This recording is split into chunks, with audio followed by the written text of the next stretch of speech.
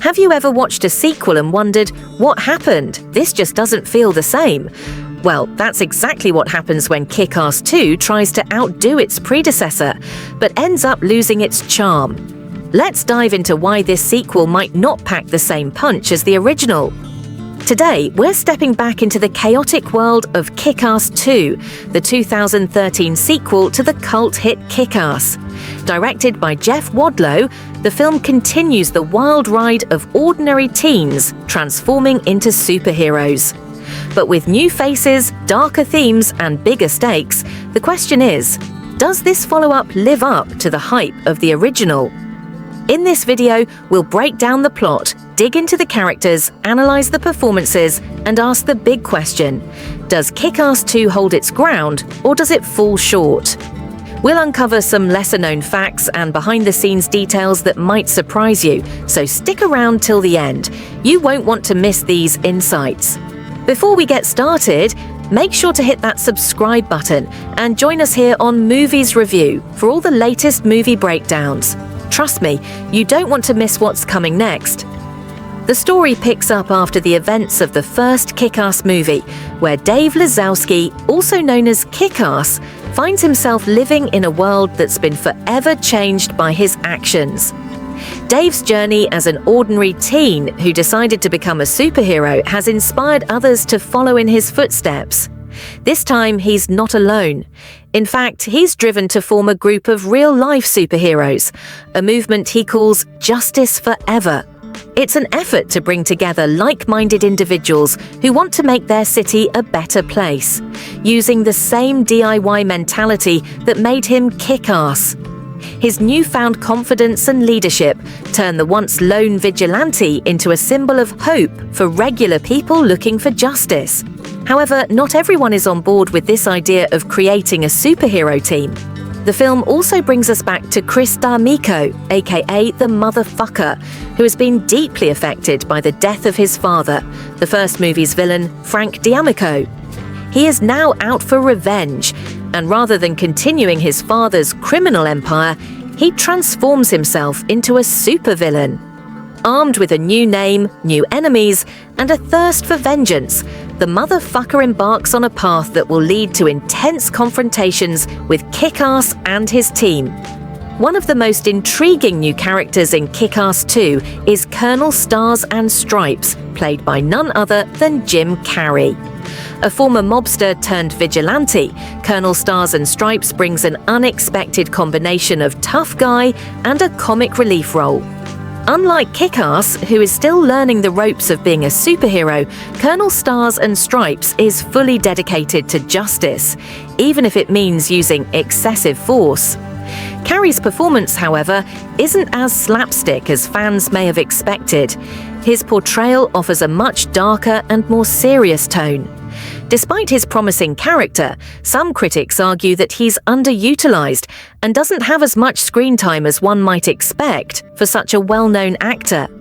Chris D'Amico, now fully embracing his role as the villain, becomes the Motherfucker. Played by Christopher Mintz-Plasse, this character takes the over-the-top revenge narrative to another level. He's more ruthless and unpredictable than ever, with a costume that seems designed to mock the very superheroes he's trying to destroy. What makes the Motherfucker an interesting villain is his transformation from a spoiled, bratty son of a crime boss to a man obsessed with seeking vengeance. Mintz-Plasse delivers a performance that blends humor with menace, giving the character an unpredictably dangerous edge. The conflict in Kick-Ass 2 escalates quickly as Kick-Ass's newly formed superhero team Justice Forever faces off against the Motherfucker's gang of villains. The stakes are raised as both sides grow in strength, preparing for a series of brutal showdowns. The film doesn't shy away from the fact that these fights aren't just physical battles, but emotional and moral confrontations as well. Kick-Ass and his team are forced to question their own motivations for being heroes, while the Motherfucker is bent on making them pay for the damage caused to his family in the first film. As both teams clash, the action gets more intense and the stakes higher. The conflict reaches its climax in a bloody confrontation where personal and group loyalties are tested. The consequences are dire, and it's clear that not everyone will make it out alive. The battle scenes are frantic, offering a mix of violence, humor, and chaos, a fitting way to end the showdown. The film concludes with a final, explosive battle between Kick-Ass's team and the motherfucker's henchmen.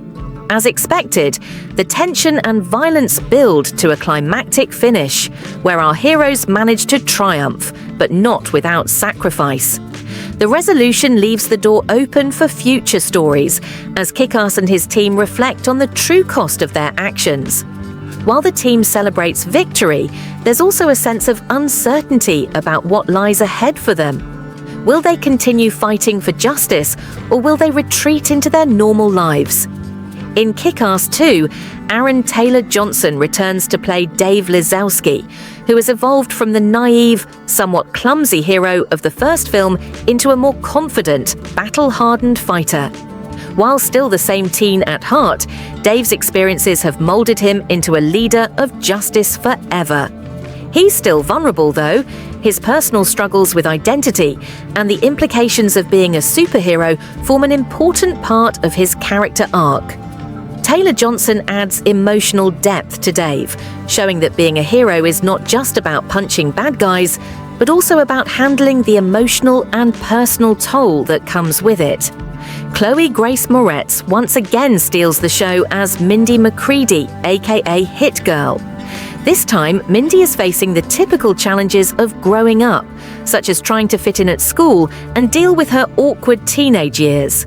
Yet, she remains one of the most skilled fighters on the screen, balancing her deadly combat skills with her desire for normalcy. Moretz does a fantastic job at portraying the inner turmoil of a girl caught between two worlds, one of innocence and one of brutal violence. Her journey of reconciling these two sides of her personality is one of the most compelling aspects of the film. Christopher Mintz-Plasse brings Chris D'Amico's transformation from the spoiled son of a mobster to a full-fledged supervillain to life with surprising depth. The motherfucker is both absurdly comical and genuinely menacing, making him one of the more complex characters in the film. Mintz-Plasse adds humor and menace to the character in equal measure, making him a formidable yet somewhat tragic antagonist. His quest for revenge feels personal, yet his outrageous name and antics provide a comic undertone that contrasts with his dark side. Jim Carrey's portrayal of Colonel Stars and Stripes adds an interesting layer to the film, but his character is sadly underdeveloped. Carrey brings his trademark charisma to the role, playing a former mobster turned vigilante who has now dedicated himself to cleaning up the streets. However, while his character's motivations are clear, the movie doesn't give him enough screen time to fully explore his backstory or impact the overall narrative. Critics were divided on his role, with many hoping for more depth from such a high-profile actor. Kick-Ass 2 carries on the original film's mix of graphic violence and dark humor, but some critics felt that the balance between the two was not as well executed this time around.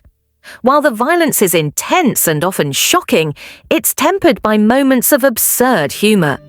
The dark humor that defined the first movie is still present, but it feels at times like the filmmakers pushed the envelope a little too far, blurring the line between entertaining action and excessive gore.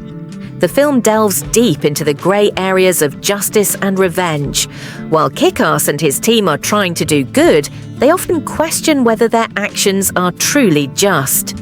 The line between right and wrong becomes increasingly blurred, especially as the characters confront their motivations for becoming superheroes in the first place.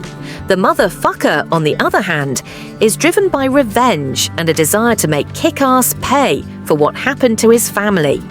The film asks tough questions about the costs of vigilantism and whether any of these characters are truly heroes. At the heart of Kick-Ass 2 is Mindy's struggle with her identity.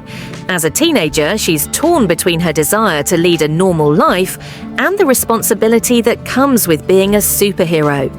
Her character's journey of self-discovery mirrors that of many young people trying to figure out who they are, especially when faced with immense pressure and expectations.